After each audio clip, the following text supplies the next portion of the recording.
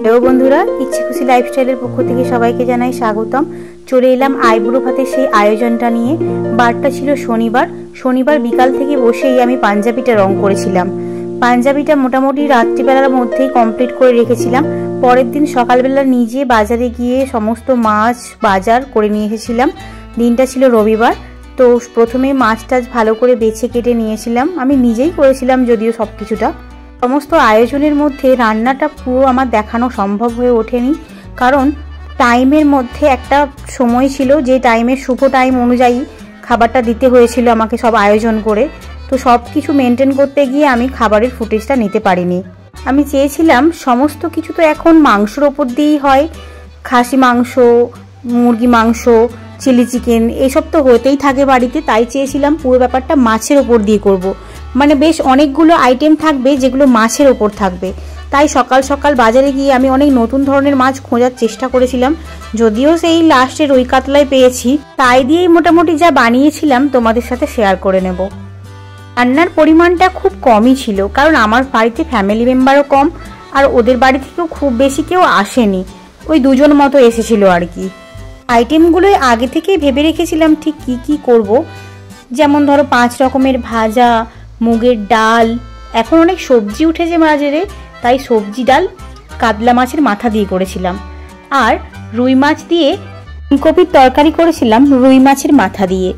তারপর মোটামুটি কাতলা মাছটাকে দই কাতলা করেছিলাম, আর বড় চিংড়ির মালাইকারি করেছিলাম তাতে খাঁচি দিয়ে। আর তারপর দই মিষ্টি তো রয়েই ছিল।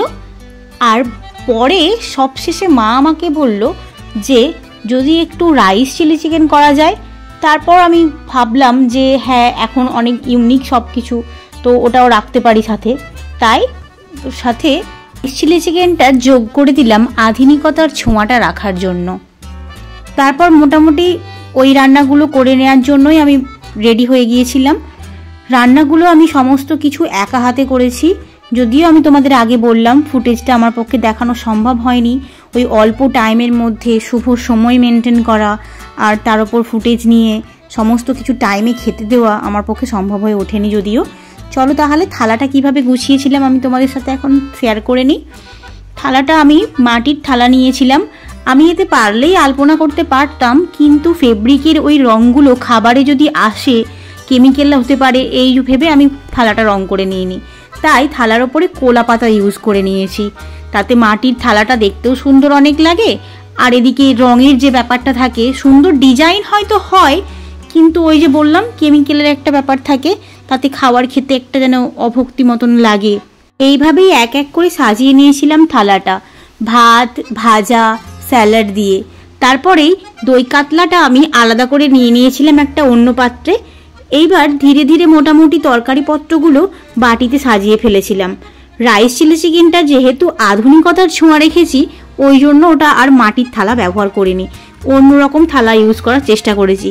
আমি কিন্তু এখানে 5 রকমের ফল রাখারও চেষ্টা করেছি, যেহেতু ভাত খাওয়ার সময় তাই ফল খাবে না, তাই থালাতে কি করেছিলাম সমস্ত ফল গোটা রেখেছিলাম। আমি বলেছিলাম যদি ও খেতে চায় তাহলে কাটো, আর না হলে ওকে ওটা বাড়ি নিয়ে যাওয়ার জন্য দিয়ে দিও। জিনিসটা অনেক ইউনিক হবে যদি ওই ফলের থালা ভরা থালাটা ওর বাড়িতে পাঠানো যায়, এই ভেবেই আমি থালার ব্যবস্থাটা করেছিলাম। কারণ সবাই আমরা ওই সময় ফল খাই না, শুধু কাটা থাকে, যে জিনিসটা পরে নষ্টও হয়। আর আমি যদি ওই থালাটা ওকে বাড়ির জন্য পাঠাই, তাহলে একটা আশীর্বাদের পরে একটা বাড়ি নিয়ে যাচ্ছে একটা তত্ত্বের মতো হয়ে গেল। কিন্তু ব্যাপারটা কিন্তু খুব মজাদার।